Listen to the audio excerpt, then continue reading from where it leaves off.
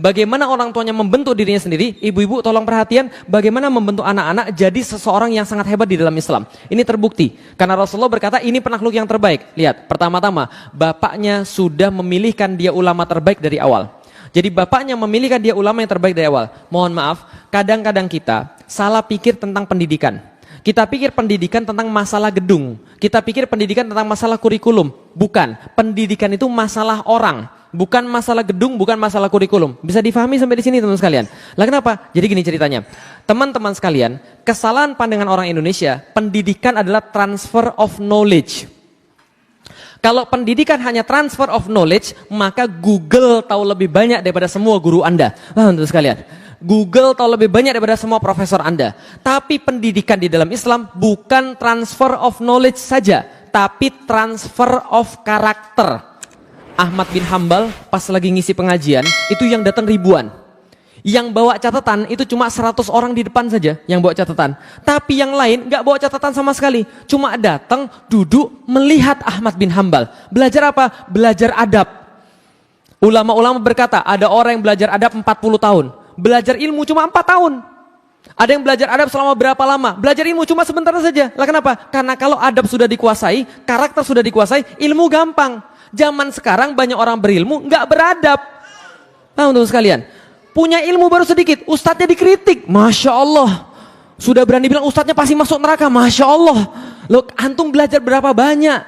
Bisa dipahami untuk sekalian. Nggak ada gunanya antum belajar ilmu kalau nggak ada adab. Maka Muhammad Al-Fatih pelajaran pertama dia adalah pelajaran adab. Gurunya yang pertama namanya Syekh Ahmad Al-Qurani. Seperti namanya dia mengajarkan Al-Quran. Karena dasar daripada semua pendidikan harus Al-Quran. Maka dia ajari Muhammad Al-Fatih Al-Quran. Tapi ketika syekhnya ini mengajar, ini anak kok bandel banget.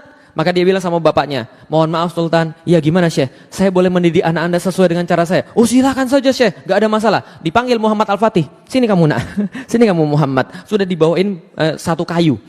Ketika datang tanpa ada alasan apa-apa, ini ada dipukul pakai kayu, jetar. Kayu dipukul, anak ini langsung mentalnya down. Mentalnya down semenjak saat itu dia langsung hormat pada gurunya. Paham teman sekalian? Dia langsung hormat pada gurunya. Hasilnya 8 tahun hatam Al-Quran. Hafal Al-Quran, hafiz 8 tahun. Itu karena dipukul gurunya. Ketika sudah gede Al-Fatih bilang, gara-gara pukulan itu saya jadi sayang sekarang. Kalau Syekh Ahmad gak pernah mukul saya, mungkin saya gak jadi seperti sekarang. Paham ya? Jadi kalau guru yang benar, pukulannya aja bisa buat antum hafal Al-Quran. Saya karomah pukulannya saja itu. Lah karena kalau guru yang benar, zaman now gitu kan ya, ada anak dipukul sama kemudian gurunya, balik ke rumah lapor bapaknya lapor Komnas HAM, paham sekalian? Ini terjadi, lapor polisi ini terjadi. Lah kenapa? Sudah nggak lagi hikmat pada gurunya. Zaman dulu saya tuh takut banget sama guru saya. Lah itu mana hikmat namanya? Karena kenapa? Ingat baik-baik, kemarin saya sudah bilang, ilmu nggak datang daripada Anda yang cari. Ilmu itu Allah yang memberi, dan Allah memberi ilmu bisa jadi karena gurunya ridho. Bisa dipahami teman sekalian, gurunya ridho, antum dapat ilmunya. Makanya di kalangan pesantren itu kadang-kadang murid mijitin gurunya untuk dapat ilmunya. Itu benar. Lah kenapa? Karena adabnya itu loh. Adabnya itu yang menghantarkan dia dapat ilmu. Bisa dipahami kita teman sekalian. Nah, makanya kemudian yang pertama kali dipelajari Ahmad Al-Qurani. Selesai kemudian belajar Al-Quran, maka gurunya yang lain namanya Syekh Aksyamsuddin yang menemani dia dari awal, membentuk mentalnya, membentuk adabnya, membentuk akhlaknya. Gimana caranya? Nih ibu-ibu sekalian, dia memulai caranya dengan bercerita. Ada penelitian bahwa semua orang sepakat cara mendidik anak yang terbaik adalah bercerita. Karena bercerita itu orang pasti ingat.